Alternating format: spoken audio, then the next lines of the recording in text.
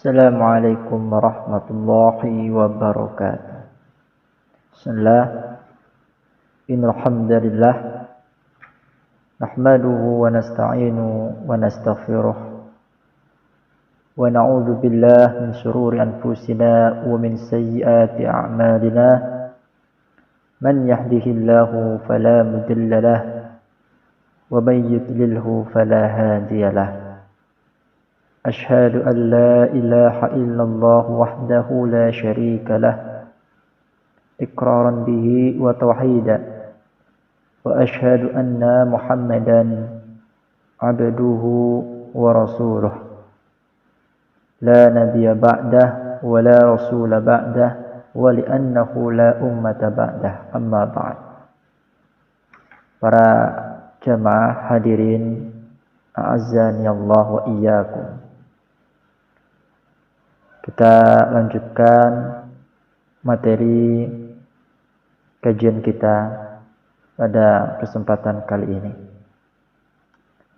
Insyaallah pada kesempatan ini di subuh pagi ini kita akan masuk ke pembahasan sebab-sebab penyimpangan dari akidah yang benar. Dan ini wajib untuk kita ketahui agar kita tidak salah melangkah. Dr. Syekh Shalih bin Fauzan Al-Fauzan dalam kitab Tauhid, beliau menyebutkan penyebab pertama adanya penyimpangan akidah yang benar adalah jahalah, yakni kebodohan. Artinya banyak orang terjebak masuk ke dalam penyimpangan akidah karena kebodohan mereka akan ilmu. Karena kebodohan terhadap akidah yang benar berarti enggan mempelajari dan mengajari Al-Quran dalam akidah, atau karena kurangnya perhatian terhadap akidah. Akibatnya tumbuh suatu generasi yang tidak mengenal akidah yang benar dan juga tidak mengetahui apa yang menyelisihinya. Maka jamaah hadirin rahimakumullah, mereka pun meyakini yang hak sebagai sesuatu yang batil, dan yang batil dianggap olehnya hak. Hal ini sebagaimana yang pernah dikatakan oleh sahabat yang mulia Umar bin Al-Khattab radhiyallahu ta'ala anhu, innama tunqadu 'aral islam muratan idza nasha'a fil Islam man la ya'riful jahiliyah. Kata beliau Umar bin Al-Khattab, sesungguhnya ikatan simpul Islam akan pudar satu demi satu. Kapan? Tatkala idza nasha'a fil Islam, di dalam Islam tumbuh terdapat orang-orang man la ya'riful jahiliyah, yang tidak mengenal perkara-perkara jahiliyah. Artinya banyak orang melakukan jahiliyah, dia nggak kenal bahwa apa yang dilakukan itu adalah jahiliyah. Dia menganggap yang benar itu batil, yang batil mereka anggap benar. Nah, itulah kebodohan. Dan kebodohan ini faktor pertama penyebab adanya penyimpangan dari akidah yang benar. Kemudian jamaah rahimakumullah, apakah yang kedua itu? Maka Syekh Shalih Al-Fauzan rahimahullah ta'ala berkata, yang kedua adalah fanatik. Fanatik pada tradisi yang diwarisi dari bapak dan nenek moyang mereka, meskipun hal itu batil, dan meninggalkan apa yang menyalahinya sekalipun hal itu benar. Maka hal ini sebagaimana apa yang difirmankan oleh Allah Subhanahu wa taala. Wa idza qila lahum ittabi'u ma anzalallahu qalu bal nattabi'u ma alfayna 'alaihi aba'ana awalau kana aba'uhum la ya'qiluna syai'aw wa la yahtadun. Dalam Al-Qur'an surah Al-Baqarah ayat 170. Allah mengatakan wa idza qila lahum ittabi'u, dan apabila dikatakan kepada mereka ittabi'u ma anzalallah, ikutilah apa yang telah diturunkan Allah, qalu bal nattabi'u ma alfayna 'alaihi aba'ana, maka mereka menjawab, tidak, tetapi kami hanya mengikuti apa yang telah kami dapati dari perbuatan nenek moyang kami. Awalau kana aba'uhum, apa kata Allah di sini?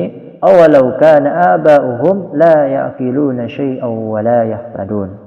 Kata Allah, apakah mereka akan mengikuti juga walaupun nenek moyang mereka itu tidak mengetahui suatu apapun dari ilmu dan tidak mendapatkan petunjuk? Itu kata Allah. Ini artinya cilaka nih orang-orang yang mereka fanatik pada tradisi yang diwarisi oleh nenek moyang mereka. Padahal mereka tidak tahu latar belakang, status nenek moyang mereka. Apakah nenek moyang mereka adalah orang yang tahu ilmu atau tidak? Orang yang telah diberi hidayah atau tidak?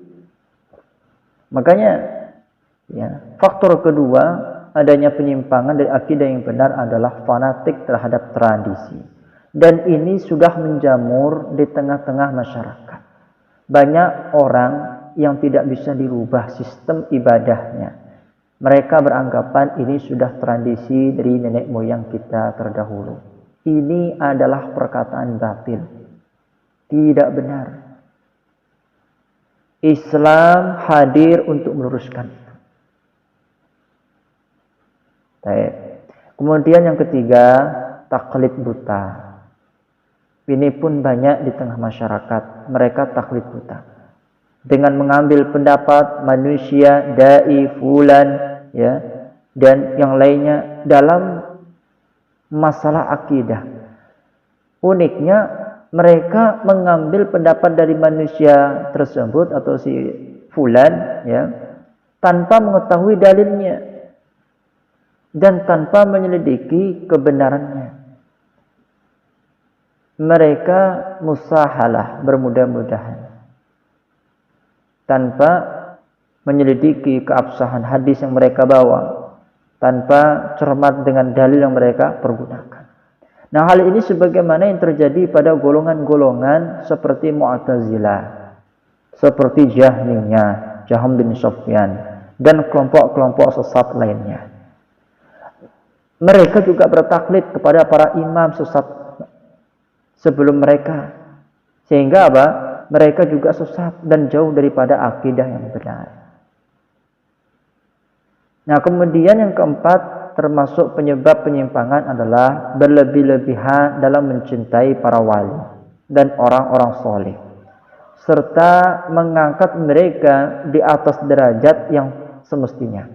Ini tidak boleh kita berlebih-lebihan, yaitu meyakini bahwa mereka mampu melakukan sesuatu yang tidak mampu dilakukan kecuali Allah Subhanahu wa taala.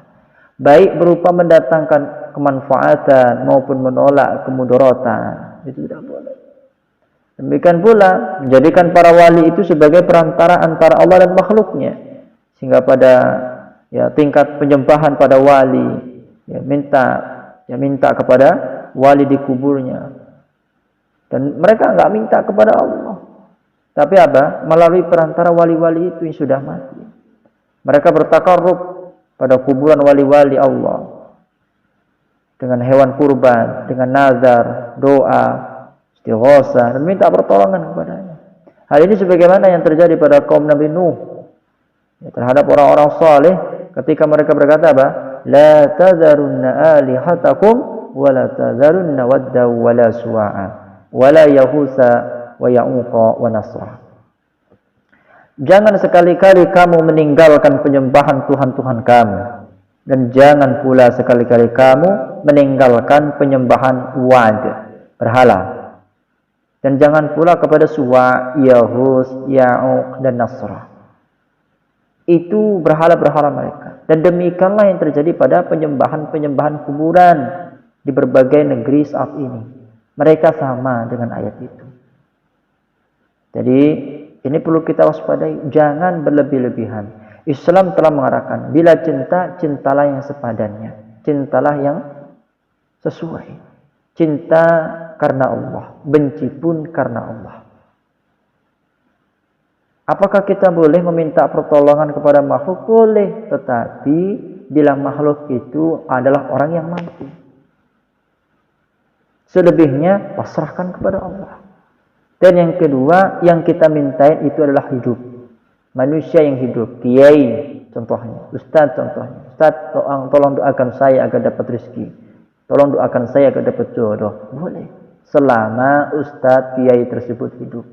Ketika sudah mati, tidak boleh diagung-agungkan. Datang ke kuburan, minta pada kiai bertaqarrub, minta doa, minta pertolongan. Wahai kiai, tolongi saya. Wahai kiai, tolong doakan saya. Sampaikan kepada orang untuk dapat berjodoh. Ini keliru. Ini penyimpangan di tengah masyarakat. Karena itu terjadi. Maka harus kita waspada. Kemudian yang kelima, lalai, hoflah terhadap perenungan ayat-ayat kauniyah. Ini penyebab penyimpangan. Banyak masyarakat yang lalai terhadap ayat-ayat kauniyah, ayat-ayat tentang ciptaan Allah. Yang sungguh terhampar ya di jagat raya ini. Dan ayat-ayat Qur'aniyah ya, itu menjelaskan. Di sana ada kauniyah. Bagaimana Allah menciptakan langit, bagaimana Allah menghamparkan bumi kita, bagaimana Allah menciptakan kita. Fi ayyi suratin ma sa'arakabat. Allah ciptakan manusia dengan berbagai bentuknya, dengan berbagai keindahannya, dan kita lupakan hal itu. Di samping itu terbuai juga dengan hasil-hasil teknologi dan kebudayaan, sehingga mengira bahwa itu semua adalah hasil kreasi manusia semata. Maka jamaah rahimakumullah, mereka pun mengagung-agungkan manusia serta menisbatkan seluruh kemajuan ini kepada jerih payah dan penemuan manusia semata. Ini keliru. Manusia-manusia itu melakukan atau membuat sesuatu yang bagus biiznillah, dengan izin Allah. Allah yang maha hebat. Allah ciptakan gunung dengan hutannya. Allah ciptakan samudra dengan ikan-ikan di dalamnya. Allah ciptakan manusia dengan keunikan dan wajah-wajahnya. Allah ciptakan hewan-hewan ternak. Itu ciptaan Allah, bukan ciptaan manusia. Maka hal itu termasuk kesombongan yang pernah digambarkan oleh Qarun. Apa kata Qarun? Qala innama utituhu ala ilmin indi. Qarun berkata, sesungguhnya aku hanya diberi harta itu karena ilmu dan kecerdasanku yang diberikan kepada aku, kata Qarun. Qarun berkata demikian karena kesombongannya. Hartanya yang begitu banyak, tahta yang sedang menyelimutinya. Dia lupa terhadap sang pemberi rezeki untuknya. Dia lupa terhadap sang pemberi tahta baginya. Demikian pula sebagaimana perkataan orang-orang yang sombong lain. Dalam Quran surat Fussilat ayat 50. Hadzali, ini adalah hakku. Atau surah Az-Zumar ayat 9. Innama utituhu ala ilm. Sesungguhnya aku diberi nikmat itu hanya karena kepintaranku. Ini adalah perkataan sombong. Kita harus ingat, pinternya kita, cerdiknya kita, cerdasnya kita dari Allah. Gantengnya kita, cantiknya kita, ya, indahnya, uniknya kita dari Allah. Gunung yang indah ciptaan Allah. Langit yang tinggi ciptaan Allah. Pesawat yang begitu canggihnya ciptaan Allah. Manusia yang bisa membuat pesawat atas kehendak Allah. Kalau Allah tidak mengkehendaki itu untuk bisa dibuat, tidak bisa dibuat. Nah, mereka tidak berpikir terkait hal itu. Mereka lupa, ghaflah. Tidak pula melihat keagungan Rabb-Nya yang telah menciptakan alam semesta raya ini.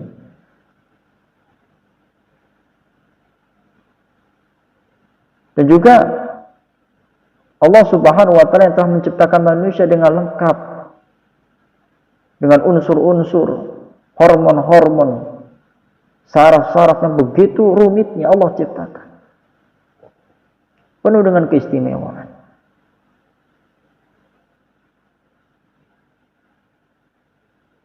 Ya. Maka ikhwatul iman azza, kita harus sadari, kita harus menyadari ayat-ayat kauniyah. Ya, kita harus pelajari, kita amati, ya, kita tadabburi ayat-ayat kauniyah. Kemudian juga, ya, termasuk faktor adanya penyimpangan tentang akidah-akidah yang menyimpang adalah kosongnya mayoritas rumah tangga dari ilmu. Banyak sekarang itu rumah tangga yang tidak ada di dalamnya ilmu agama, sehingga keluarga tersebut panas, berantakan. Ada anak dilahirkan dalam keadaan fitrah, anak tidak salah apa-apa. Yang menjadikan anak menjadi Nasrani, Majusi, ya, Kristen, ya, siapa? Pendidikan orang tua. Nah ini makanya para orang tua ini harus ngaji untuk membenahi unit keluarganya. Allah akan pertanggungjawabkan para laki-laki, para suami tentang, ya, nasib anggota keluarganya di dunia maupun di akhirat. Allah katakan dalam Quran surat At-Tahrim ayat 6, ya ayyuhalladzina amanu qu anfusakum wa ahlikum nar. Wahai orang-orang yang beriman, qu anfusakum, jagalah diri kalian dan diri keluarga kalian dari apa? Api neraka Allah. Ini artinya apa? Para bapak-bapak anggota kepala keluarga suami ini harus menjaga ibu, anaknya, unit keluarganya. Tidak membiarkan istrinya untuk apa? Melakukan sesuatu yang dibenci oleh Allah dan Rasulnya. Tidak membiarkan anaknya untuk apa? Berpacaran atau melakukan perbuatan-perbuatan jahiliyah lainnya yang dibenci oleh Allah dan Rasulnya. Dan ini kebalik. Kepala rumah tangga saat ini malah membiarkan dan merasa asik dengan itu. Inilah penyebab adanya kosongnya akidah yang benar di tengah-tengah masyarakat. Mereka enggan untuk mengarahkan keluarga kepada yang benar, meluruskan jalan hidup anak-anaknya. Tidak. Justru mereka membengkokkan jalan hidup anak-anaknya, mengarahkan kepada apa? Kebinasaan dan kubang kemaksiatan. Ditambah lagi apa? Banyaknya anak-anak yang sudah ketagihan tentang apa? Ya, teknologi. Mereka gunakan alat-alat itu untuk apa? Kemaksiatan. Jadi turun-temurun mereka akan jahil akan ilmu. Mereka akan terlena dengan apa? Kenikmatan dunia yang menghiraukan ini. Dan kenikmatan dunia adalah kenikmatan yang sementara. Mereka akan menyesal jika mereka mengikuti hawa nafsu mereka untuk menikmati, ya, perkara-perkara dunia ini. Mereka lupa terhadap nasibnya di akhirat.